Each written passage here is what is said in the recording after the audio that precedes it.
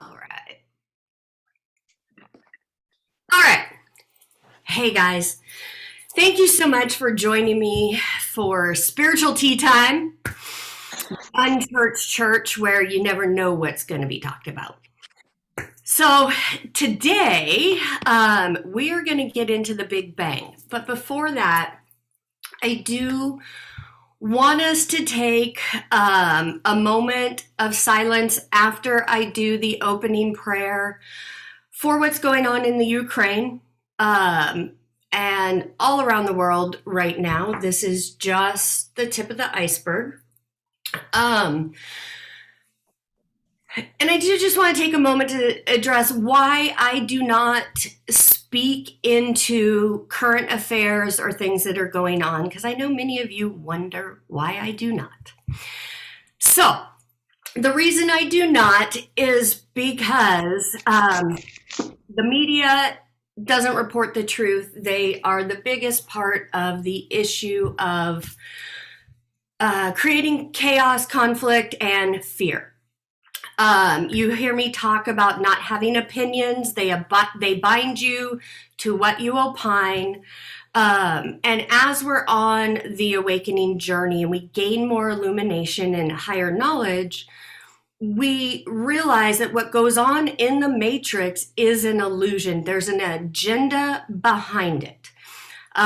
We have watched this play out in front of our eyes more than ever before since 2020.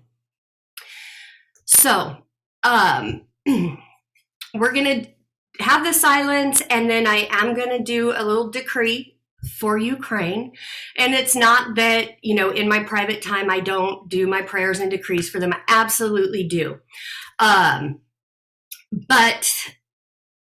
I'm all about where your attention goes, your energy flows. So I do not put my attention on the media or anything like that. I do throw the challenge out there for all of you guys to discipline yourself to try to not engage with media too much, because you can prove this to yourself. You put your attention on the news and the lower vibrational things, because that's what's coming through, your vibration drops, and now you are in alignment with what your opinion is of whatever's happening. All right. So just wanted to let you guys know that's kind of my stand on it, and why I don't really talk into, what's happening, who's doing this, who's doing that. Because guys, there's a whole different thing going on behind the scenes. All right. Opening prayer. Mighty beloved, I am presence within me and above me. I pour the love of my heart flame to you. I give love, praise, and gratitude unto you for thy own life, light, and love in all things, visible and invisible, evolved and unevolved. Beloved Christ, the one presence in all, divine mother and father presence of our universe. We greet you and thank you for the gift of life. Holy Spirit, we welcome your presence, your love, your protection. I enter this day in God, with God, by God, and for God. I will live this day in God, with God, by God, and for God. I will end this day in God, with God, by God, and for God. Every day I am gaining more illumination, health, wealth, strength, and love. Okay. I want us to take this minute of silence to drop into our heart space. Put your attention on your heart space and imagine it sending out rays of love from your heart to the people in Ukraine. You can do this for the whole world, whatever you want to do, but in this moment, we're going to do it specifically for Ukraine.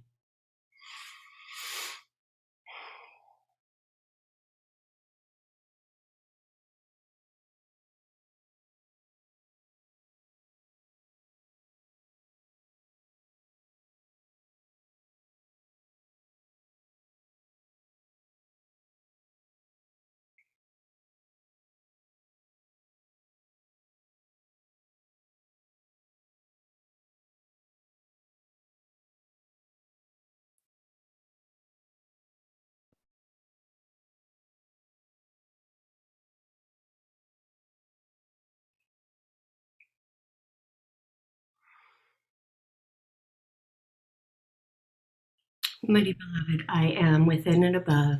Beloved Christ, beloved Mother Akasha, beloved Father Son, beloved Great Germain and Archangel Michael, I call forth your presence and your light rays to protect and cover the innocent lives in the Ukraine. Archangel Michael, I send legions of angels to put your cosmic blue flame of protection around the lives of the people.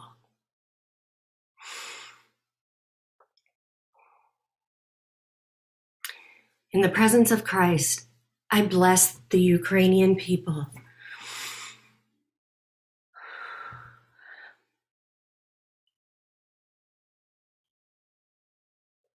Almighty Rose Christ I am, Almighty Rose Christ I am, Almighty Rose Christ I am.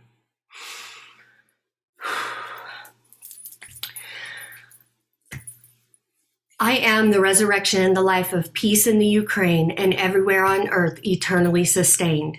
I am the resurrection and the life of peace in the Ukraine and everywhere on earth eternally sustained. I am the resurrection and the life of peace in the Ukraine and everywhere on earth eternally sustained.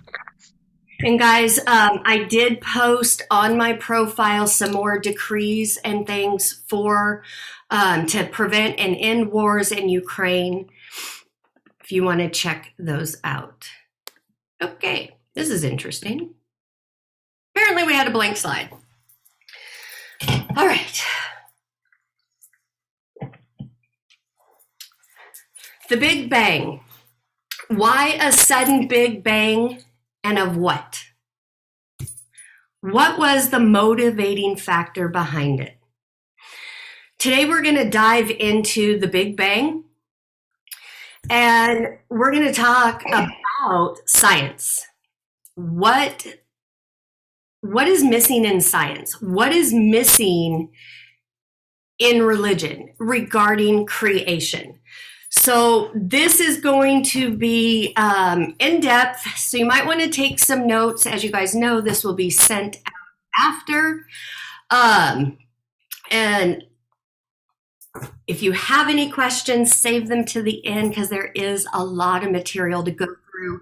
And I am going to touch a little bit on last week because it all ties in. All right. Science speaks about electromagnetism, but cannot say from whence come such energies which appear and disappear. Where did they go? Why do they come back? From the human perspective, there appears to be no intelligible activity within or behind its work. Oh, before I go on, that blank slide, that actually is supposed to say that this is from Christ Returns, letter 5. So you guys can find it there. Here's a quick recap from last week. We talked about impulses and the reality behind and within all creation. It is at this point that you must become fully aware of the meaning of impulse. Furthermore, there is no impulse prompting any activity which is not directed by a purpose. Plants turn flowers and leaves to catch the rays of the sun for growth. People run to get fit, eat to satisfy hunger, work to earn a salary, sleep to escape the tensions and recharge the energy, go shopping to buy food, all directed at survival and personal comfort. Therefore, the impulses are the reality behind and within all creation. If all matter were to return to its original form of electrical particles, the universal impulses would remain intact and would eventually give form to another creation. The impulses are forever. However, electrical particles within living matter are here today and gone tomorrow, but the soul moves on. Hey guys, can you put yourselves on mute? Thank you. You think with electrical impulses in the brain. You feel with magnetic impulses in your nervous system. They center and bond the electrical impulses into a cohesive whole. Without the magnetic bonding in your system, you would be all go-go and no. So when he's talking about you think with electrical impulses in the brain, that's the father, the masculine energy, and you feel with magnetic in your nervous system, your feeling body, that's feminine. Science says that electromagnetism just is a simple fact of existence, yet it produces highly purposeful and intelligent work in the form of millions of billions of substances of which your universe is made. How does this happen? There is nothing that electromagnetism has brought into visible being which the human mind can deem to be lacking purpose or meaning. Science ignores this most basic and vital level of creation. Without an answer to this question as to why everything which has been brought into visible manifestation by the activity of the twin energies of electromagnetism is invariably purposeful, successful, and rational, nothing of any value in the search of your origins will be discovered. Electromagnetism, twin impulses, that is the thinking and feeling. What are the two things you need for manifestation? Thinking and feeling. All right. I wanted to recap that because what I'm about to go into, I want you to have this clearer understanding. Until science can probe and discover the reality of the space in which electrical particles of visible being are supported, science will forever remain behind locked doors of materialism. It will be barred to eternal truth and universal wisdom and imprisoned within the bondage of reason alone. Reason, which is solely the product of the finite activity of brain cells. Human consciousness. Human consciousness is finite. Your soul, Christ consciousness, that's infinite. Matrix finite, Christ consciousness, infinite. It is to the true nature of the space I intend to introduce you, but before proceeding to this, I must first bring many highly pertinent questions to your attention. Down the ages, much of the work produced by electromagnetism has appeared to the mind, vision, and touch of living entities as being solid, unchangeably durable.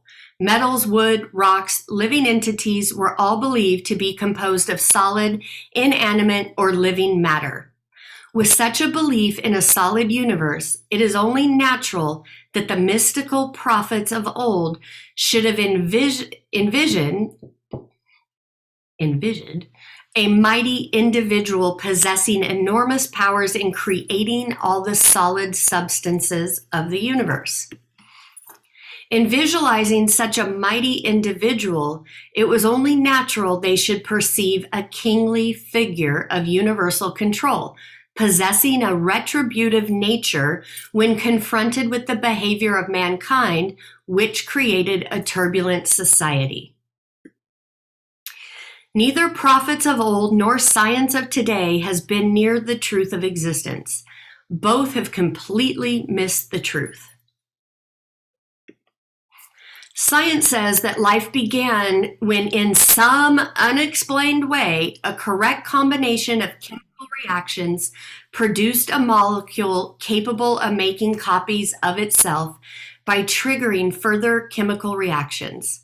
Such a description of the enormous and teeming complexity and power of the life force as being discernible because it is capable of replicating itself reveals the basic impoverishment of scientific perception and thought which produce such a theory, aka finite mind. Furthermore, the suggestion that a combination of inanimate chemicals could get together in a specific way accidentally to produce such an astounding result of self-replication remains unquestioned scientifically. Things that make you go, why is that? This is because the finite human mind, even though scientific, cannot deal with such a strange eventuality of uninitiated self-replication. It is too suggestive of a magical occurrence, of some intervention from an unimaginable source which scientific men dare not contemplate for fear of ridicule. This sheep-like acquiescence is considered more scientific than producing inspired theories blocked by the materialistic laws science has established for itself. This block to future scientific progress will prevent science properly investigating the realm of mind and spirit until some enlightened scientist defies convention and dares to cross the borderline between the seen and the unseen. Prophets of old, if presented with the theory of molecular self-replication, would have no difficulty with such a magical occurrence and would say that God made the chemical combinations and imbued them with life. That would not be the right explanation either. It is this old religious concept of a God on high, creating from afar, which is blocking the man of science from moving forward to more spiritually aware reflections. Therefore, despite science's seeming emancipation from age-old doctrines, it is still as mentally bound and hindered by fears of ancient shibboleths as in the 19th century. It adopts its ridiculous theories because it has not yet perceived the reality of our source of being behind and within the living molecule. Sounds like they're missing a major part.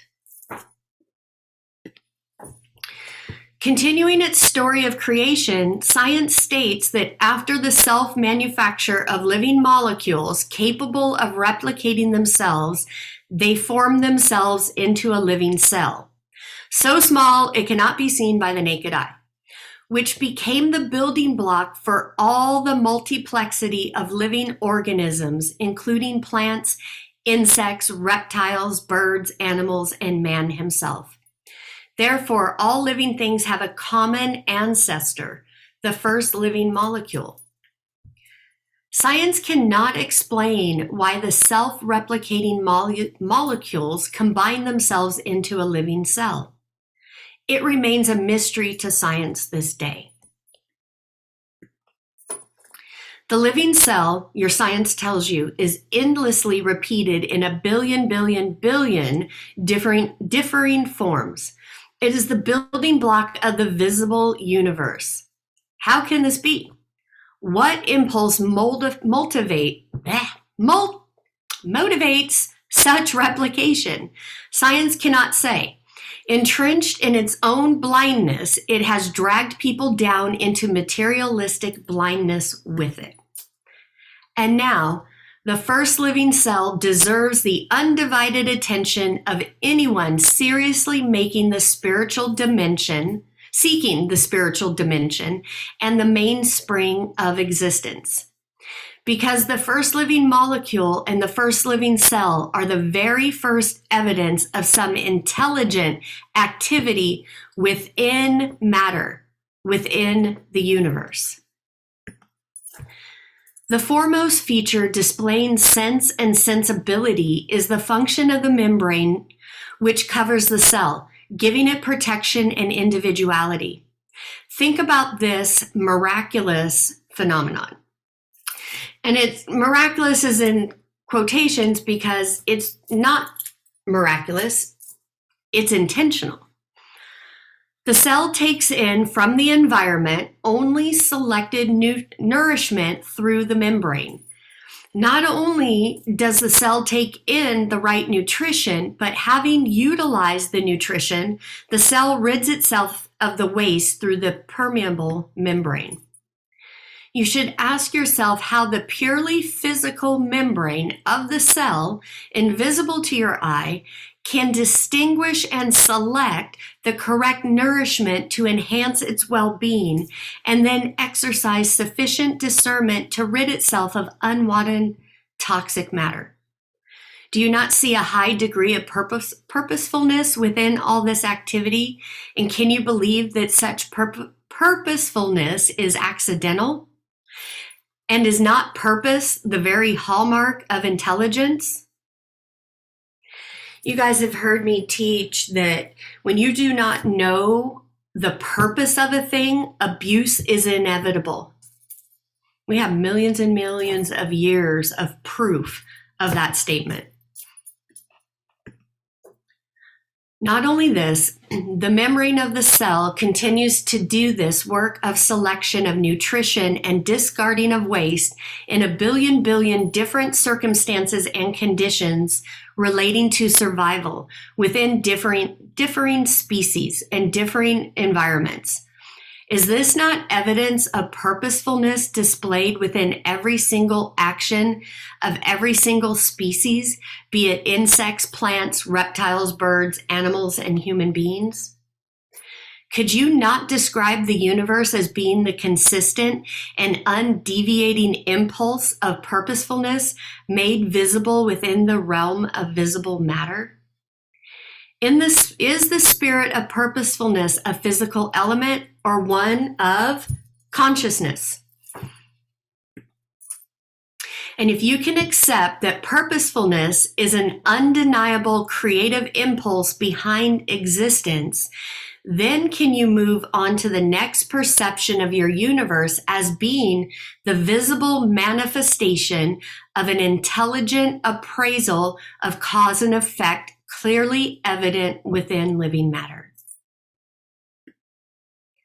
For if the living cell can select the right nourishment and also provide for the elimination of toxic waste, this simple activity displays an awareness of the need for digestion and also foresees the resultant buildup of toxic waste and the need for the elimination of such waste to ensure the continued health of the cell.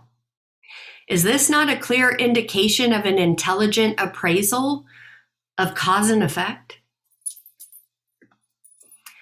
Furthermore, science says that the cell contains a nucleus, which might be likened to the brain of a human being since it conveys messages, and its most important function is the storage of information, the library, which contains not just the details relating to one cell, but of the whole body in which it resides.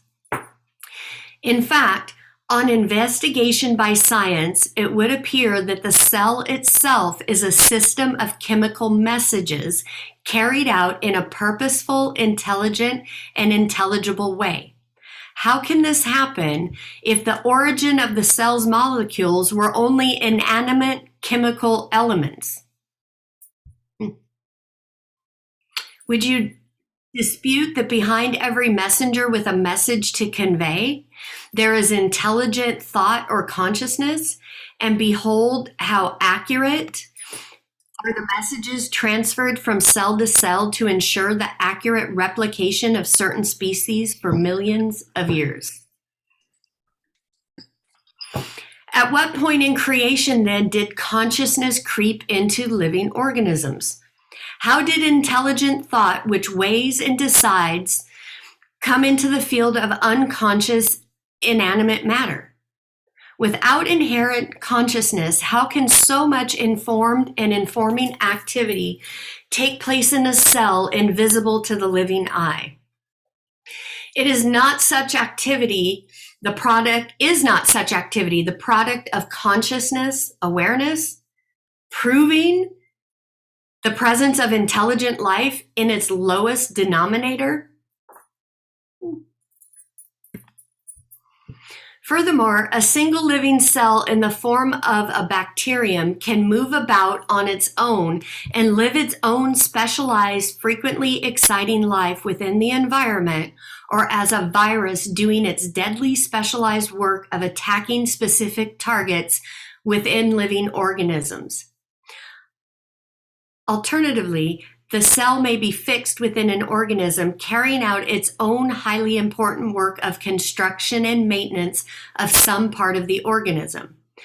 Such work produces living material exactly suited and necessary to the living organ on which it works, be it parts of the human body or of animal life or plant, such as human toes and spleen, of animal fur and tusk, or fish scales and feathers of birds, or bark of tree and foliage on branches, or petals and stalk of flowers, or antennae of butterflies and their gauzy wings, the reptilian skin of crocodiles and their teeth, the eyes of squid and their skins which change color according to the need of camouflage.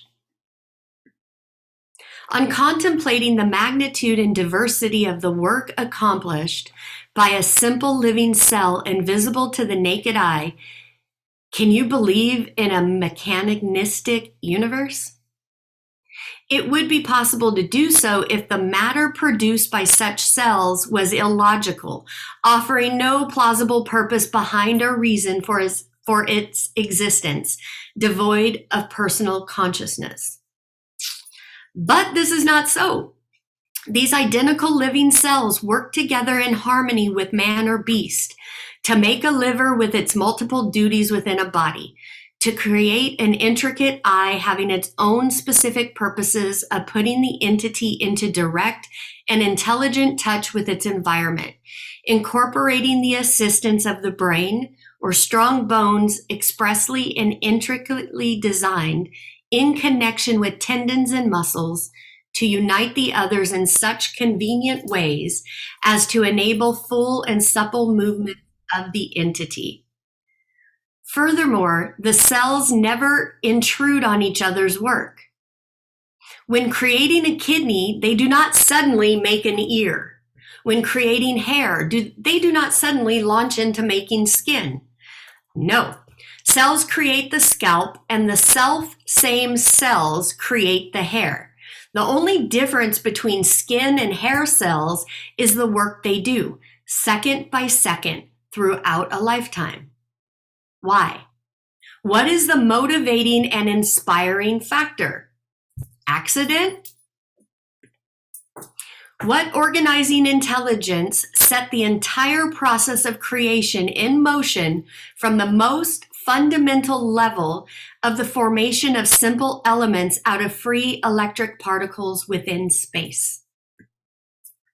The combining of elements to form chemicals, the correct combination of specific chemicals to form a living molecule, the correct combination of living molecules to make a living cell which can take in nutrition, excrete waste, build according to clear-cut specifications, move about, and sustain this enormous edifice of creation consistently through billions of years. Not only this, but what is the motivating force which is designed and successfully evolved within living systems and entities, billions and billions of different ways in which to fertilize seeds of every kind, whether they be those of plants, insects, reptiles, birds, animals, or human beings, evolving for each an intelligent system of procreation suited to climatic conditions, the production of vegetation in the environment in order to ensure survival. And having accomplished this great feat of creativity, should you not question how it is that every living species has its own individualistic way of rearing its young and protecting it as far as possible until the young are capable of survival on their own? Is this not love for creation active in its highest form? You cannot move on from this analysis of what the human intelligence has to say about the origins of life and creativity without mentioning the all-important molecules, DNA, which are said to carry the plan for the whole organism, plant or baby. Furthermore, these DNA molecules give the instructions to the cells, informing them they shall build according to the chromosomes deposited by the seed. Yes, indeed. In place of intelligence, science has given you the DNA molecules as your source of existence. Your supreme leader, your director of creation, upon which materialistic, flimsy cells in the whole of creation must depend for its survival. Behold, the glorious DNA, Lord of your creation. From whence did the DNA cells draw their intelligent directional powers? Science is quite satisfied now that it has been able to satisfactorily explain why the various species of every kind replicate themselves so accurately and consistently. Science would have you believe that you live in a purely mechanistic universe, that the phenomenon of evolution arises out of chance mutations and the survival of the fittest. If you study the various organisms of creation, the multifold and differing activities of related species, can you truly believe in such an unlikely materialistic concept? It has been no mere coincidence that today, to enable you to discover the vast intelligence behind creation, you have numerous creative people who embark on difficult journeys to explore, determine, and photograph the habitats and habits of wild creatures and plants. You are entertained and instructed by a feast of facts and photographs of the wonders of your universe. No, I turned to the countryside, the flowers and birds, and tried to show my fellow countrymen that they were surrounded by a marvelous and miraculous creation. Over 2,000 years ago in your dimension, we lacked your modern scientific background to be able to intelligently observe and explain the activity of what I termed the Father everywhere around them. To discover your true source of being, I ask you to take stock of the unimaginable and indescribable complexity and diversity of purposeful work plainly evident in penguins and pigs. Can the human mind replicate any of the most basic of activities within, say, the digestive system, which swiftly summons up the requisite enzymes and hormones necessary for digestion? How dare the finite mind, which is incapable of perceiving clearly the true creative process governed by instinctual knowledge, presume to state unequivocally, defying contradiction, that it understands the true origins of creation and the forces out of which creation took form? Another way to talk about finite mind, monkey mind. What arrogance! That's monkey mind's program. These men can only think according to what their eyes tell them. I view the present scientific ignorance with loving compassion, a degree of amusement, and a great all-consuming passion to puncture their pride. That was where Jesus was coming from. For until someone can penetrate their self-satisfaction and position of infallibility, a true mating of eternal verities and human scientific knowledge can never take place. But it must take place. Otherwise, human spiritual evolution will remain at a standstill. The scientific mind is too full of I don't know why all of a sudden I can't pronounce that. It's too full of monkey mind, devised book lore, accepted formulas and equations, and the need for their fellows' approval to permit mystical penetration by higher intelligences. On my behalf, this is the Christ, I ask readers of these letters to form an association to challenge science and ask, at what point in the evolution of the material world is consciousness first discernible? I repeat, and I mean what I say. Ask the scientist, at what point in the evolution of the world is consciousness first discernible? In the living cell? If in the living cell, ask whether it was discernible in the living molecules which combine to make a cell and encase itself, in which an intelligently designed membrane permitting the intake of selected food and excretion of toxic waste. How did it recognize toxic waste?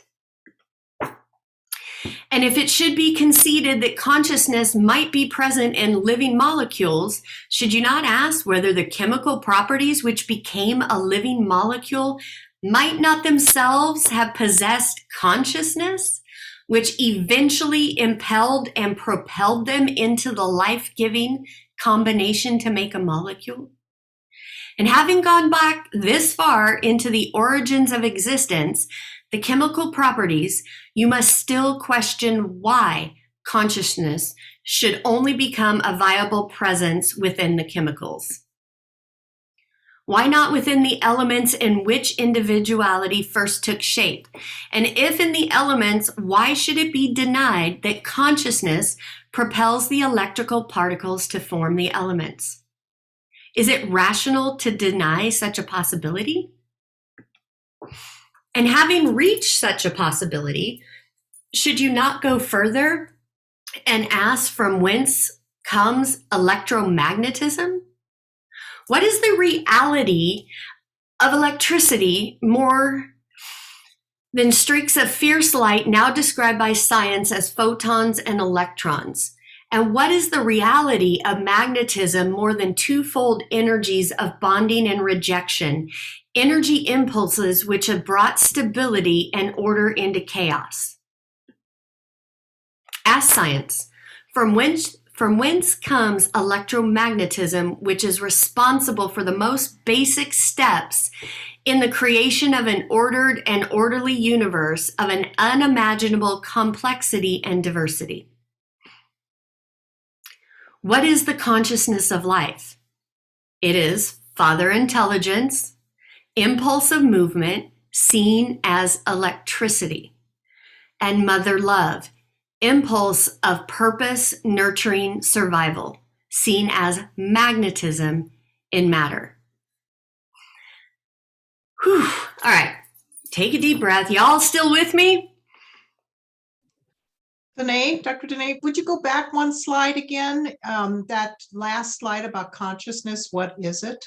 Yeah, and that's also a slide from last week, so hang on. Yes, it's just felt so critically important. Exactly. Remember how I said I was going to have to kind of bounce back and forth? This is the bounce. What is the consciousness of life? It is father intelligence, the masculine energy, impulse of movement, seen as electricity, and mother love, impulse of purpose, nurturing, survival, seen as magnetism in matter. Wow. Electromagnetism that science refuses to look at consciousness being a factor. Thank you. You are welcome. So this was an interesting one for me when I first stumbled upon it, and even putting the slides together for today, because here comes story time. When I was younger, I was that kid that would always ask, but why? But why? That doesn't make sense. And I kid you not, you guys, I just have to laugh to sit here and to be presenting this, because my junior high and high school years regarding science, I got escorted out of science class almost on a daily basis when it came to creation and most things, because I would be the one, and my science teacher in high school loved him to death. He called me meathead because of the questions I would ask. We would go into this and I'd say, but why? You're trying to tell me this just accidentally happened? And it keeps accidentally happening, but why? We're not asking the right questions. And they get so fed up with me, they'd send me to the principal.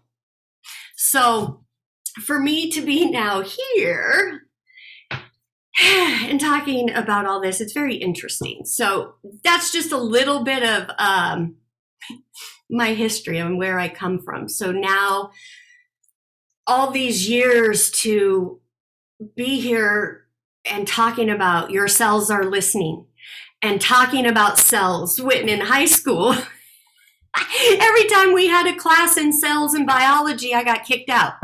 So, but hey, that somebody needs to hear that, because if you went through the education system and were told you were stupid and you just didn't get it and all of that, I feel you, and I'm telling you, you just didn't fit into the matrix system. All right, so next week we're going to dive into how did those molecules and cells get imbued with the masculine and feminine intelligence.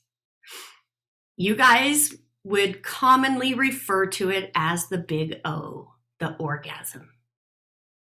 So that's next week. But right now, I'm going to open it up. Let me check the chat real quick. Sadi.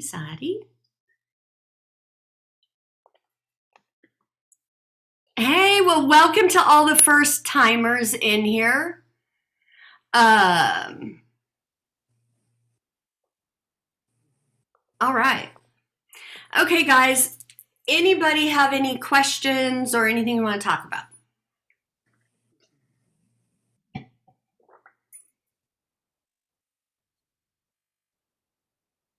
You guys are kidding me. Nobody? Jenny raised her hand. Oh, sorry, Jenny, I couldn't see you. Oh, that's okay. I wondered if you'd go over what you said when you don't know the purpose of a thing, abuse is inevitable. Can you go over that? Yeah. So when we don't know the purpose of a thing, in this case, the purpose of the purpose of a cell for existence, abuse is inevitable. You know what? Let me bring it back down. I'll give you the example I put in my book. If you don't know the purpose of a thing, let's say you go and buy a new car. Cars these days are quite intricate. You go and buy a car, you test drive it, but before you buy that car, do you really understand everything, the purpose of everything that car does? And if you don't, usually we don't. I mean, we just grab the keys, we like how it feels, looks, smells, whatever, and we're like, yeah, it's a car, let's go.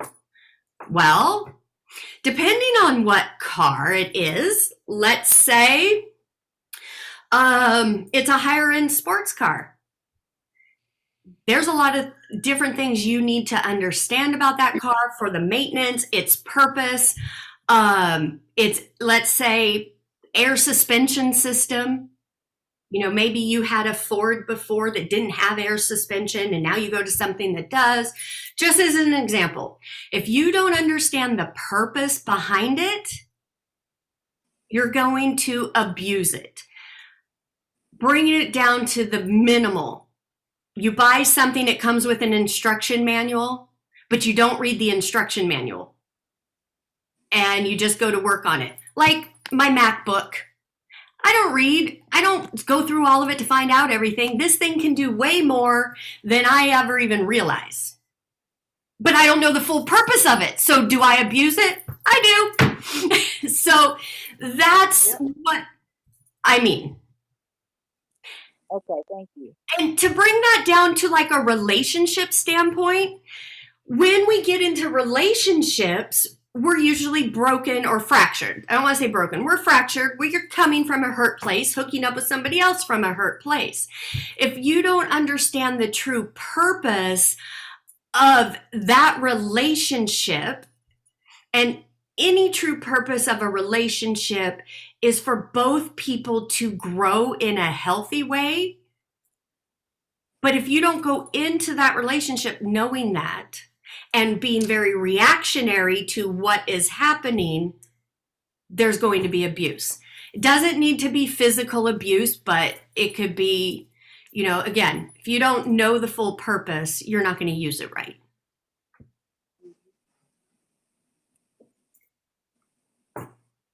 Thank you. You're welcome. But using relationship that you did, Dr. Denae, it reminds me of getting into a relationship. I was married before, and after almost 10 years, it just didn't work out. I can see where it helped both of us grow in a different way. And it didn't mean we meant to stay where we're meant, like the construct of you have to be married for life. It broke us away and able to grow in other ways. So that's what you're speaking to, is that you come together to grow. And then what? I mean, with the growth is no longer it's going into dying, or it's going into what? It's evolving into a different form. Okay. So, and in that example, yes, you guys were together and then you weren't, but you both grew and evolved. It doesn't mean you guys weren't supposed to have that time together. It just could mean that in our finite monkey minds, based on background, religion, education, says, well, if you get married, you have to stay married for life. Otherwise this, and this. What if that purpose with that connection wasn't for that, but we didn't realize that at the time? Because we didn't understand the purpose. And usually it always goes back to, we don't understand the purpose of ourselves. So we're the first ones that abuse ourselves because we don't know our purpose. And tying it into this, modern science doesn't speak to purpose. It just wants to go, oh, no, this fits in with the norm. It fits in with the matrix. But we have to question everything and bring it back. There is intelligent life. It is within us, in every cell of our body and in every particle of life. And it is all made in the image and likeness of Mother, Father consciousness, God, source, however you want to call it. But with science and even religion, hell, I'm going to throw the medical community in here too, get them all in there. When they refuse to look at truth beyond what they can see with their own eyes, which, guys, you guys now know, being on this path, what you see with your eyes is an illusion. It doesn't mean that's what's really happening. It's what your finite mind is buying into. And then our thoughts and our feelings then start creating narratives and perceptions around that. You bring up the fives, you bring up senses. And my husband had a wisdom the other day and said it, and I thought, God, that makes so much sense. Think about our five senses that we supposedly rely on, how 4 of the 5 are all up around the head. Yep. The 5th one being touch, Yeah. And I thought, oh my God, no wonder we're always up in our thinking, mind, the one that we think that's the thing that's in charge. Because that's, like you said, the see, we taste, we smell, we hear. So it has to be real. It has to be real. Yeah. And that's why you hear me repeat it all the time, that everything we took in with our senses, our human senses, because guys, taste, touch, smell, all of that, those are our human senses. We have spiritual senses too. That's what we learned 0 to 7, to shut down the spiritual senses and rely on the feedback from our human senses. Now, our human senses want to filter that through a finite mind. A finite mind does not open and allow anything infinite in to even conceive it as a possibility. And this is what the age of Aquarius, the 7th golden age, is about. Bringing this information forth. Jesus tried to bring this forth over 2,000 years ago. They didn't want to hear it. They didn't want to listen to it. And, this isn't anything new. It's just the human consciousness has blocked it out. And now we can't run from it anymore. We can't hide from it. And we're not supposed to. Because this is what's coming for the new golden age. There are scientists right now, enlightened scientists. There's going to be new ways to do things, light therapy, sound therapy. That is more real than any pharmaceutical pill you could put in your body. And it's been hidden because it goes against the matrix. It goes against the agenda. But guys, the agenda is coming down. That's what you're witnessing playing out, with what's going on over in the Ukraine. That's going on right now. It's a distraction for something else. There's going to be another distraction coming up, and it's all designed to keep people in fear and bouncing from one issue to another and taking that into their DNA and their cells, because they know if they can fill you with doubt and fear, you're never going to awaken. You're never going to learn the truth. You're just going to stay in the program repeating it. So yeah, it's mind blowing when this information has been within us and under our nose our whole existence. But we were so indoctrinated by various ways to run from what the truth is. Because according to the powers that be, the truth is unexplainable. So it has to be magic or, unacceptable. Well, they're about to get a big shock. Everybody awakening at this time, it's for a purpose. It's obviously for us to heal and grow and evolve. That's what we're all supposed to be here to do. But as we do this, as more of us start coming together with these communities, we are holding our light, we're sharing our light. That is helping others and this planet to come back into the oneness.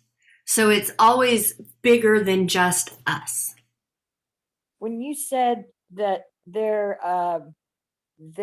are trying to keep us in fear, say with wars and the war in the Ukraine and different distractions, who is they? The people that don't have that sense of the truth, or what? They would be, and I label it as as the powers that be who have been running this. Wars have been going on since the fall from grace, since the human consciousness took over. So there are people that reincarnate life after life with that war mentality.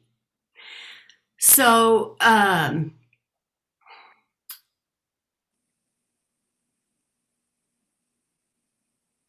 trying to word this as best as I can. This is a spiritual war. The powers that be are going to be exposed. They are in every branch of government. They are in every facet of life. But you have to think about what the systems are that operate out of fear, which is the matrix. So you can, education, religion, leaders of all the different nations. Then you have the people, even the commanders and stuff in the different armies and things. Guys, there are people here on earth, they have always been here, that only come from death and destruction and war. That is an energy. So it's like a spiritual bad energy. It's thought forms. Love. It's thought Basically forms. a spiritual war. So these people who are so into the human consciousness and the greed, the power, the materialism. It always goes back to the materialism of everything. Like Jesus was talking about science. So they know that if they can keep people in fear, they can control them. It has worked for millennia. If you guys if you haven't seen this, you can Google it and find it. The Pope came out a few years ago and announced that they created the concept of hell to keep people in fear so they can control them. Every big entity that has control of anything, there is good and bad in both. What you have been seeing since 2020 is the exposure of what's been hidden in plain sight, the depravity, they equals the human beings that live in those thought forms, because energy and actions and things like that matter start with thoughts and feelings. So the bad in the world and all of that, religion goes around blaming Satan. It's human consciousness. It's the human ego. It's the human ego's desire to conquer, rule, have all the money, all of that. It comes from that fear base. Okay, I get it. Thank you. Yeah. Anyone else? It's amazing that you talk about fear, control, and control is on so many different levels. Control can be us trying to control our lives to other people controlling us. Mm-hmm. You know, with the divorce and everything, and Frankie not getting the attention he needs at home, and that makes me upset. I try to control that situation, but I'm realizing now that I cannot control what she does, what they do when I'm not there in that situation. I'm understanding now with relationships that Frankie needs to go through what he's going through with the lack of to learn to be a stronger person, because I know he's like me. I know he's going to be very empathic. I know he's going to be he's got such a huge heart on him at such a young age that even though it hurts me to see him hurt, I have to let go of that control. Mm-hmm. And control starts at such a small level, but then works way up to going to North Korea, where they're not allowed to go on certain websites, or they'll go to jail, or they can't do this, they can't say this, they can't speak their mind. It really makes you think about control of the levels of fear, the different levels. Mm-hmm. And there's just so much of it. But I'm realizing it's like, you know, when I got the divorce, it was like, you know, I tried getting into a relationship, and I tried dating somebody else. And the problem is I kept running into these people that were almost either the same or would remind me of people from the past as a child, with the way they'd say things or do things. And I guess I wasn't looking at it. I was looking at trying to control that I just wanted to feel loved. But now it's the universe was saying, you're not ready. And that's why I'm not at that point yet, because I have to do what I'm doing right now and getting this figured out. But yeah, it's just amazing. This whole topic today was so interesting because it makes so much sense. And then when you bring up control and fear, and it's like, that's basically what you do. You live in fear and control. It doesn't matter. You go to school, you have people controlling you. You go to daycare, you have somebody controlling what you eat, what you do. So there's all these different levels of control, but you have to learn from every one of them. Exactly. So thank you. Exactly. You know, and control is for the most part, an altered ego trap, because what we try to control will control us. Because the truth of the matter is that when we get back to fuller truths of existence and we come from one love, we don't need to control anybody or anything except our own thoughts. That's where we need to employ control, is being very disciplined in our mind.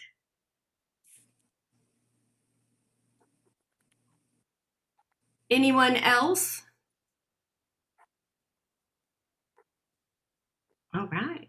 I do. I always have questions. I know. I like to leave it open for those who may be, it's swirling around in their mind or their thoughts or their whatever being. So thank you got to sit with this information for, yes. Yeah. And throughout it, I'm going to just use the word trigger. It would trigger an idea, it would trigger, oh my God, yes. Oh yes, that's where I've seen it. Having gone through cancer diagnosis twice, and the the human construct and the dualistic aspect of the medical community. And there were a couple things that always and by the way, I used to get in trouble in religion class, because I'd be questioning things. Well, what do you mean? That doesn't make sense. And I'd be, I would get in trouble, and my parents would be informed I was a troublemaker in church school. Yes. And I learned to shut up, though. That was the part. I didn't stop questioning. And I was told on a job one time that I asked too many questions. And I'm like, oh, okay, well, how am I going to ever learn if you don't have the questions answered? But going back to what I was going to say is that you mentioned a couple of things. One in particular reminds me of the whole DNA thing, and that science keeps bringing it, or that aspect keeps bringing it back to DNA. And how many people believe that if in their DNA they have these things, their history, their ancestral stuff, they're going to end up with it too. And they have actually, in science, said that's not true. And I thought to myself, I kept saying that to myself, well, I'm the first one to have breast cancer in my family. So if that was true, where the hell did that come from? So DNA, we brought it down to that as if that's the full answer. Exactly. And the ironic thing about that is science still doesn't know why they can't explain the vastness in the DNA. There is a part of the DNA they can't explain. And you guys know I've always been a bit rebellious. And like you, Joan, in science, well, why can't you tell me that? I mean, I literally should learn to shut up. I didn't. I mean, I did back then, but I would say, why should I listen to you? You can't explain to me the basic thing. I don't want to hear you. But it's like you want people to believe something, but you can't explain it down to the very beginning. But yet you're shoving it down my throat that I have to believe it too. Yes. And, working through being able to allow my voice to be heard, it has taken me a while, because like you, Joan, I was told to be quiet all the time. I asked too many questions, and I'm this, I'm that, whatever. And so learning to now come back out and open up and go, no, I am not going to be shut down by people who come from a place of fear. Yeah, absolutely. And the other thing that came up for me there's so many things I could write like 5 volumes on what I learned through the whole process and what I agreed to and didn't realize I was agreeing to, was the idea that, here's this diagnosis you get, and, here's the tests we took, the biopsies, whatever.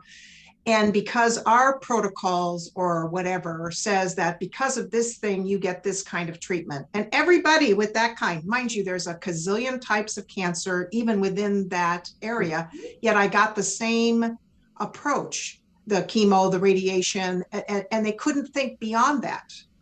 And I think that's the part that started to make me question, which, by the way, I ended chemo early on purpose.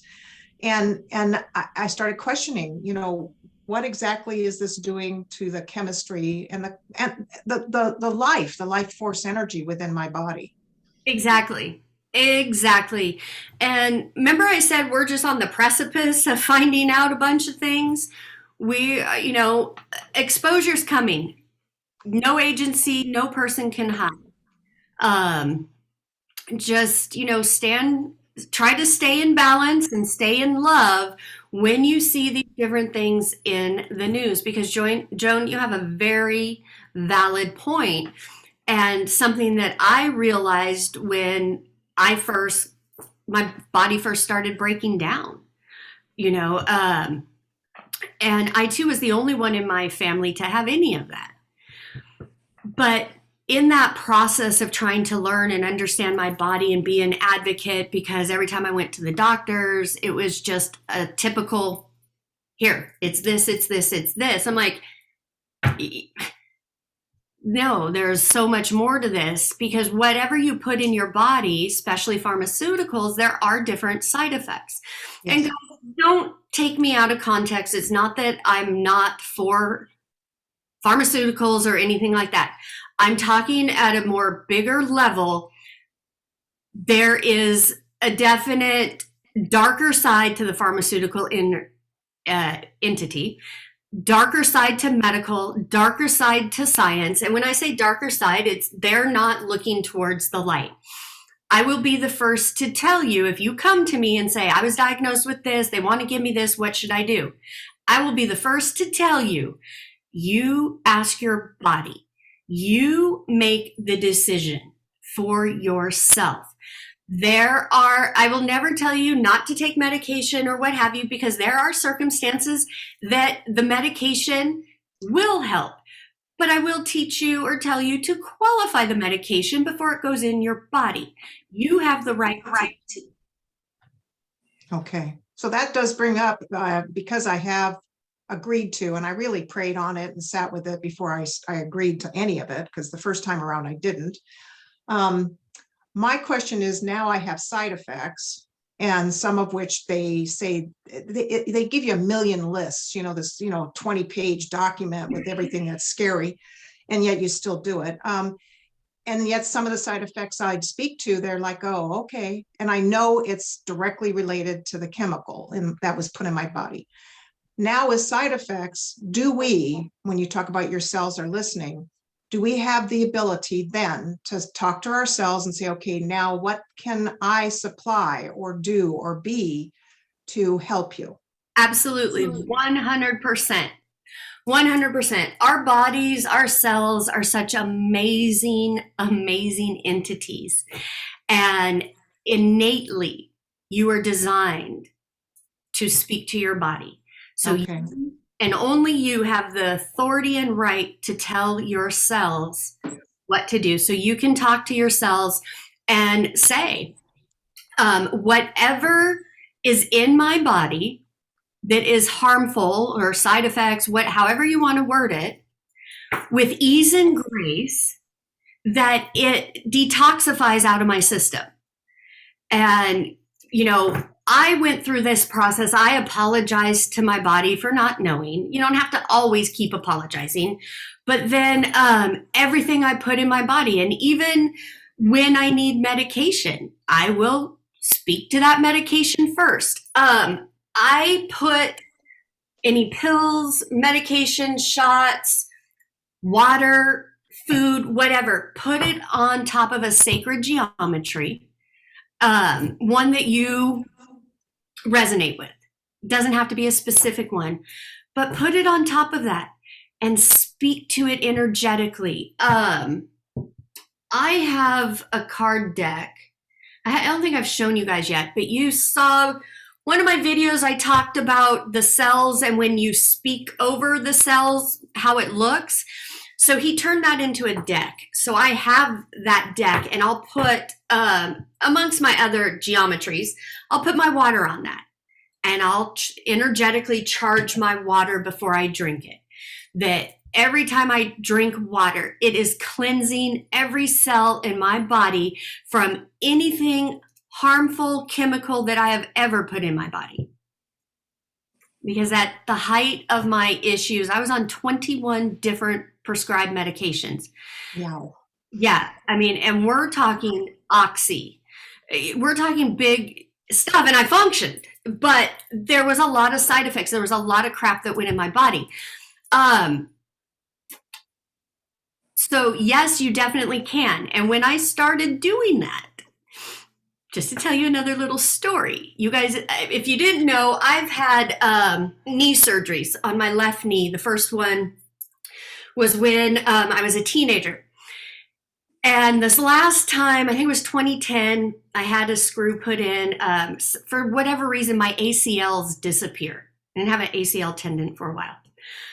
After doing Your Cells Are Listening and on this, I kid you not, the screw in my leg unscrewed itself out of the bone, out of my body. It was extremely painful. Didn't know what was going on. My orthopedic surgeon took it out and came back into the room, and he's like, I have never, ever seen this happen. What did you do? And I was like, well, I've been talking to my cells and said anything foreign in my body that shouldn't be here, remove yourself. I was like, I had no idea that screw would come out, but obviously my body didn't want it in there. I've had fillings fall out. I'm a 70s baby, so there's probably mercury and stuff in there that shouldn't be. Literally, screws have come out of my body. Yeah, so yeah. So you're bringing up something that, thank you, that speaks to, as you are speaking to yourselves, which I've been doing. I use an energetic mat called a beamer and its modalities, because speaking to other things, hello, it's all energy. Yep. I've been noticing some side effects that are shifting, and some of them are not too happy. I mean, my body's like letting them go, and I suddenly have, like you said, it's not happy, it's painful.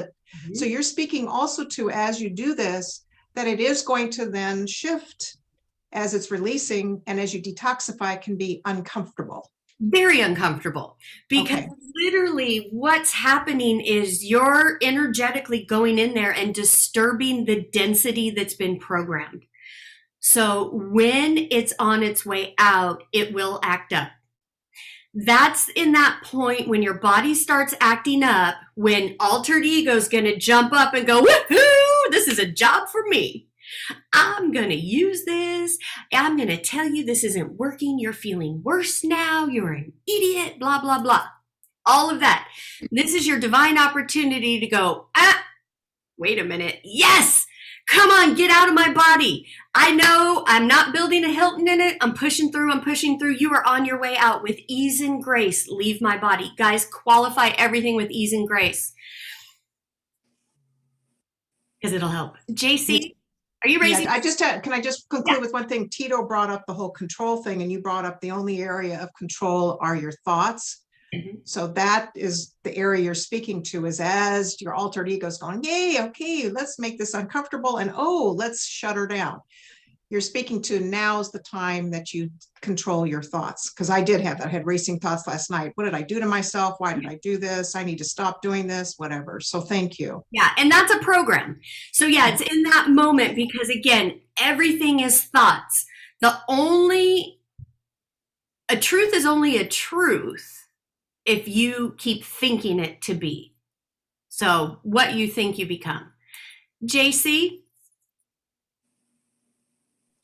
Okay, so it's kind of backtracking a lot, but I just wanted to go back to like the energies on war, and how Joan was explaining like the side effects. You can see the list of side effects, and you still do it in risk of those side effects to hopefully improve yourself. But I went through college to be a pharmacy tech. So I studied medicine. I did all of that. I became a pharmacy tech, but in pharmacy school, they literally taught us that the United States, they want to make the most of their money.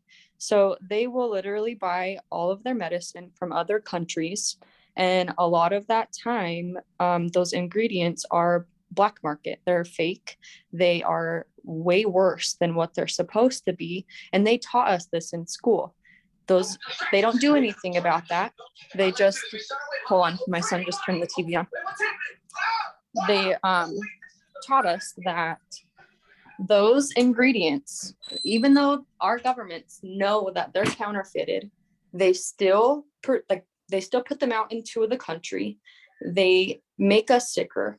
And instead of doing anything about it, while they know this, they just compensate you. Those are what the commercials are of, if you or your loved one have ever had blah, blah, blah from such and such, then you may be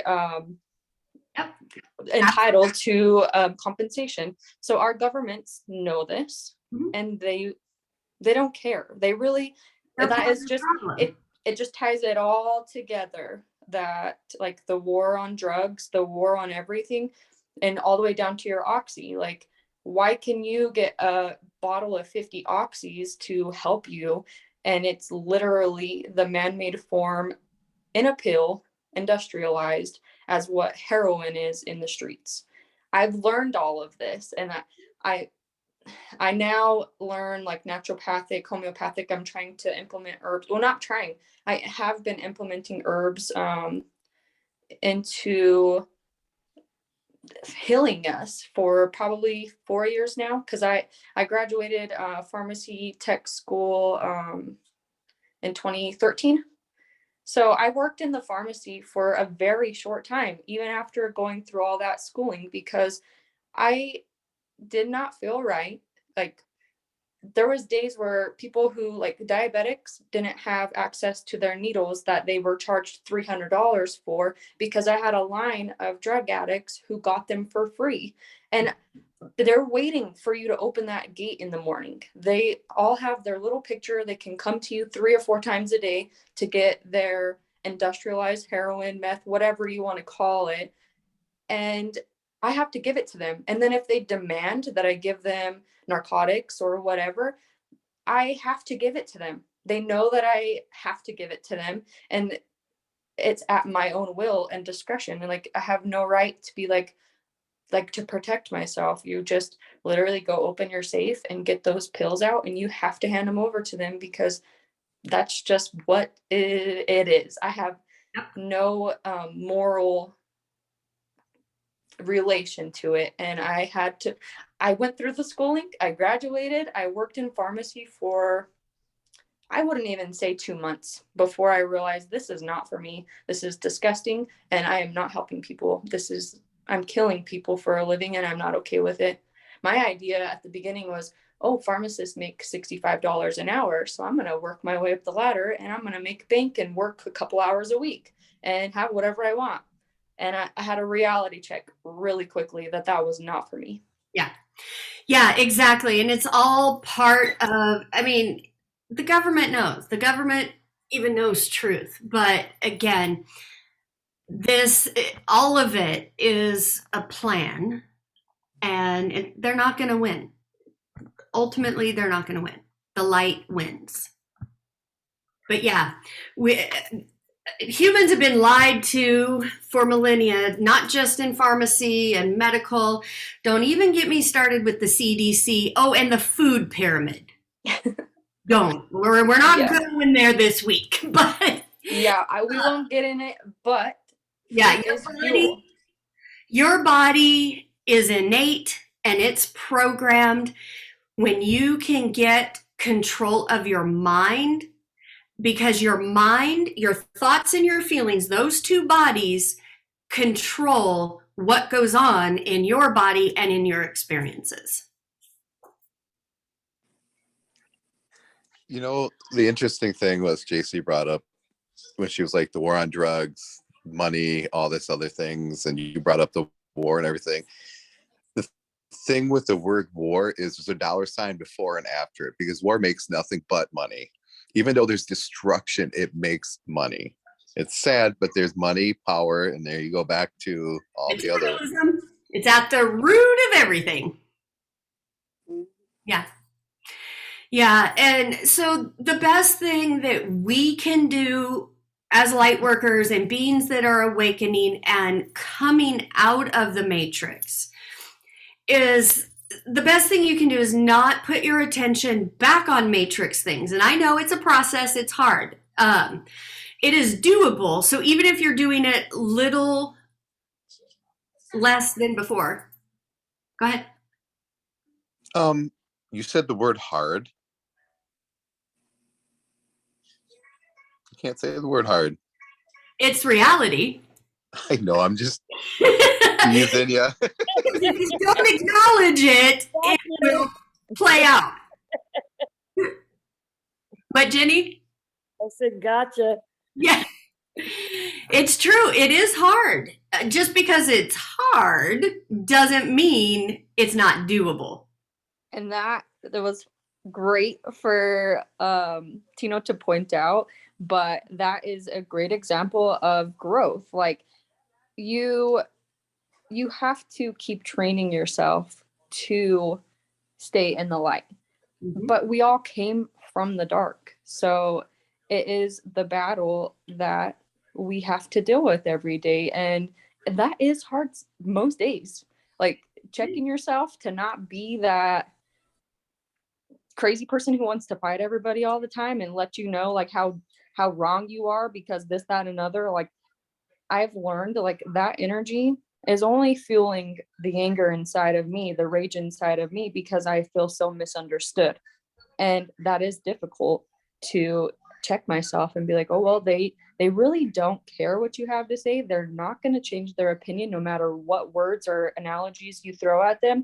And you have to remain in what you know, regardless, and put it out there in light. And I had to surrender. I know I mentioned this before, but you have to surrender yourself to divine and say, okay, I'm tired of chasing people and things that do not serve me and do not care about how I really feel.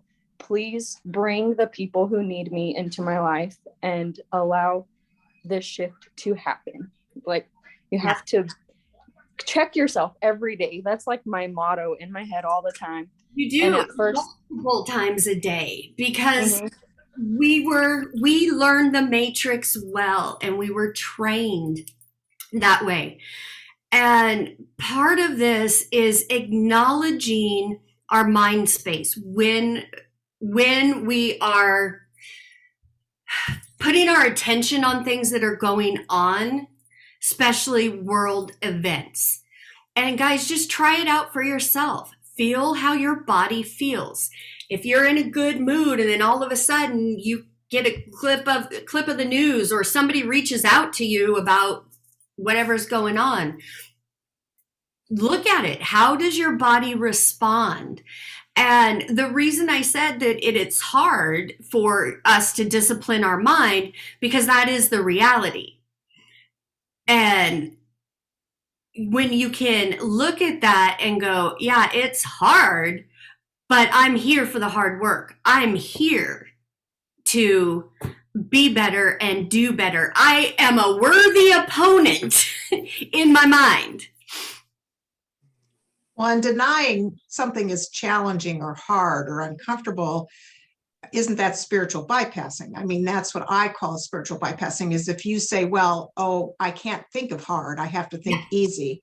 Yes, if I can sit with hard, recognize it, and like you said, I am capable, like JC was saying, that every single moment to shift that with awareness, not I have to turn away from it as if it doesn't exist. Right, because that's been normally the matrix. If things are hard, we shut it down and then we push it down. And that's when shadow forms. That's when we start creating karma. So acknowledging that, yeah, this path is hard, but it's doable and it does get easier is different than, the feeling of the struggle creates the struggle. When saying that this disciplining your mind is hard isn't saying, oh gosh, I'm in lack and I'm struggling to make this bill or to make that bill. That's bringing in an active I am struggling. That's what you want to stay away from. But if you're acknowledging, you know what, I'm a fierce opponent, I'm in my mind 24/7. It's simple, but it's not easy. And just because it's hard doesn't mean that's a negative or that it's not doable. It absolutely is. So that's the difference. Yeah. And it's like, don't take your lessons and your challenges with toxic positivity, but with actual acknowledgement. Yeah, this is real. This is happening. What is it trying to teach me? How can I overcome this? And why is it making me feel X, Y, and Z? So that we can really identify that things do need to be worked through in a healthy way. You have to slow down and acknowledge things. So they stop coming up over and over. Yeah. It's going to keep coming back until you figure out why. And when you can just call yourself on things that, okay, what I'm facing is hard. Okay.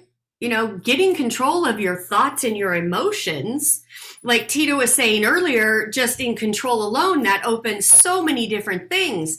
Well, like with control, there's anger, frustration, hurt, pain, all of it. But when we can just acknowledge, okay, this is hard, but I can do it. I'm not going to push it down and say, oh, it's too hard, I'm just going to hide. But yeah, it's a lot to take in, and it really is a lot to unpack. All right, guys, we are right at 11. The webinar is happening Tuesday for my intro to self-mastery workshop. If you haven't seen the post, I will do another one. Also check your emails. If you're on my email list, the link for the webinar went out as well. So that's happening Tuesday morning. But other than that, you guys, thank you for hanging out, bringing your questions. Next week, we will dive more into creation and pick up where Jesus left off, and we're going to talk about the big O. Oh, really? Yep. Well, if you guys drink wine, bring your wine. I'm just kidding. Yeah. Yeah, exactly. Oh my gosh. Thank you. I'm going to try not to blush as I go through it. We'll see how that all goes, but yeah, just more mind-opening things. And guys, there's so much myth and everything and judgment and shame around masturbation. We're going there next week. I'm still trying to say it with a straight face. Anyways. Condoms are optional. Yeah, exactly. Who knows how this is going to end up next week, but it is a huge fact of life, and people have been living less than and beating themselves up over a natural, inherent vital piece of creation, and we tapped on it on a previous slide in today's episode. I don't know if you caught it or not, but we'll get it next week if you didn't. Oh, sorry, I didn't see the comment. All right, you guys. As always, I am sending you oceans and oceans of love. Have an amazing day, and I will talk to y'all later. You too. Thank you. Bye. Bye.